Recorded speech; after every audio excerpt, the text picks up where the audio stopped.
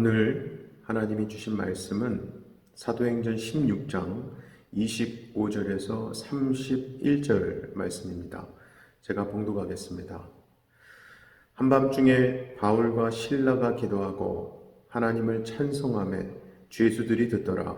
이에 갑자기 큰 지진이 나서 옥터가 움직이고 문이 곧 다 열리며 모든 사람의 매인 것이 다 벗어진지라. 간수가 자다가 깨어 옥문들이 열린 것을 보고 죄수들이 도망한 줄 생각하고 칼을 빼어 자결하려 하거늘 바울이 크게 소리질러 이르되 내 몸을 상하지 말라. 우리가 다 여기 있노라 하니 간수가 등불을 달라고 하며 뛰어들어가 무서워 떨며 바울과 실라 앞에 엎드리고 그들을 데리고 나가 이르되 선생들이여 내가 어떻게 하여야 구원을 받으리까 하거늘 이르되 주 예수를 믿으라. 그리하면 너와 네 집이 구원을 받으리라 하고. 아멘. 원래 신앙생활은 한 번의 순간이 아니라 여행과 같은 과정입니다.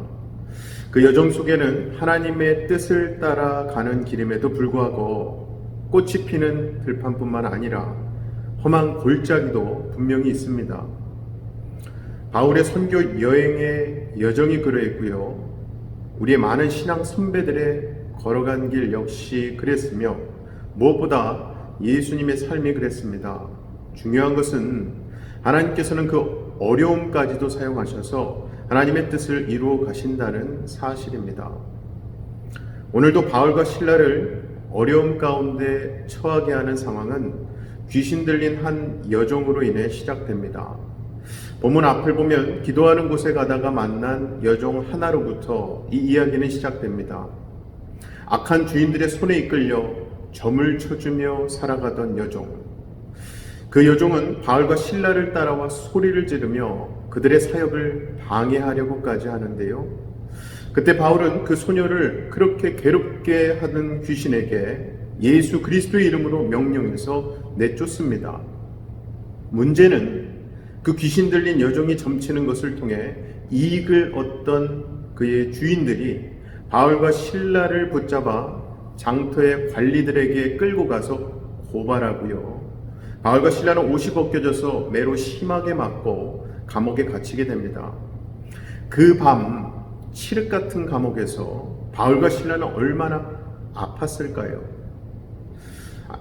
아마 속으로는 하나님께도 서운한 마음이 들었을지도 모릅니다. 아니, 내 일을 하다가 그렇게 된 것도 아니고 하나님, 주님 일을 하다가 이런 고난을 받게 되었으니까 말입니다. 그런데요, 25절을 보면 정말 믿을 수 없는 장면이 나옵니다. 한밤중에 바울과 실라가 기도하고 하나님을 찬송하며 죄수들이 듣더라.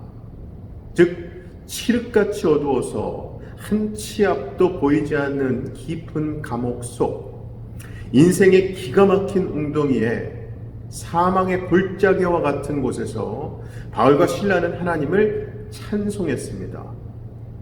그때 그곳에 있던 죄수들, 큰 범죄를 저지르고 감옥에 들어와 갇혀있던 자들이 그 찬송 소리를 통해 하나님과 예수 그리스도에 대해 듣습니다. 그러자 26절에 보면 이에 갑자기 큰 지진이 나서 옥터가 움직이고 문이 곧 다 열리며 모든 사람의 매인 것이 다 벗어진지라 라고 말씀합니다.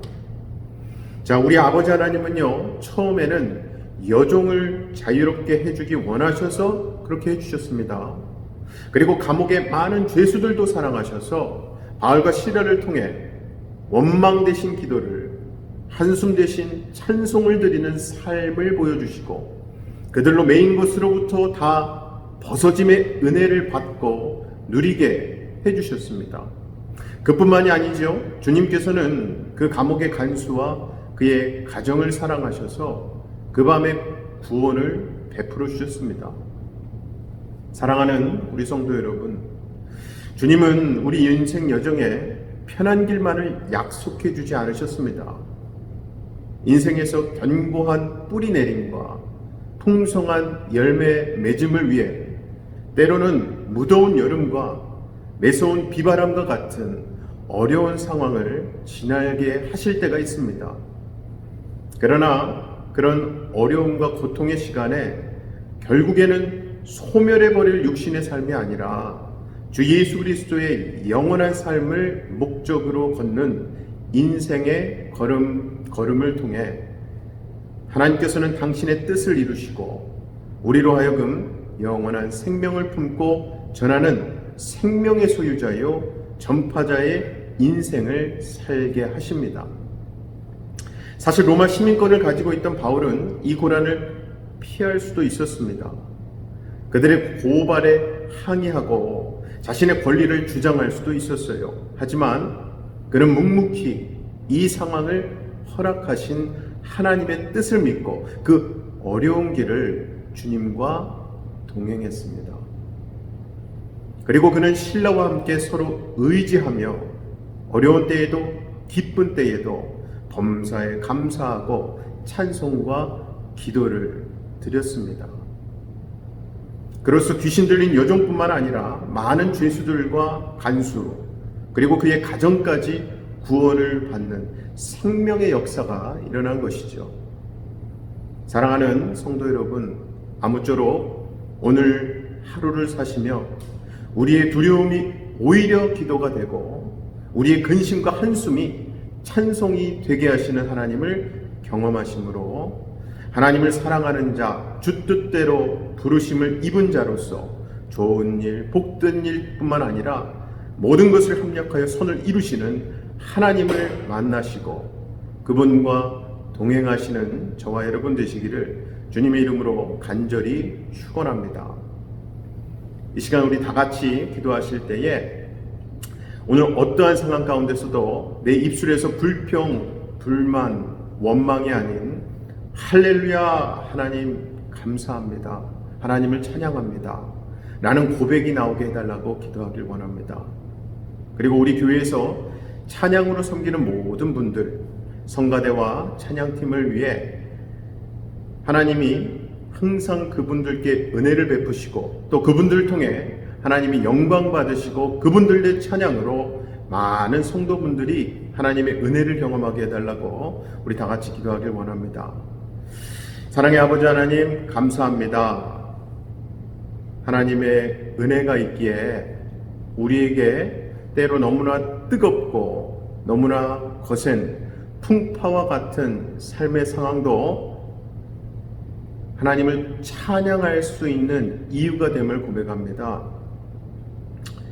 꽃이 피고 선선한 바람만 부는 그런 순간뿐만이 아니라 우리 인생의 모든 고되고 깊고 칠흑 같은 어두운 순간까지도 하나님이 나와 함께 하신다는 그 사실을 기억하게 하시고 오늘 말씀의 바울과 실라처럼 어느 곳에서나 찬송과 찬양이 끊이지 않는 우리의 삶이 되게 하여 주시옵소서.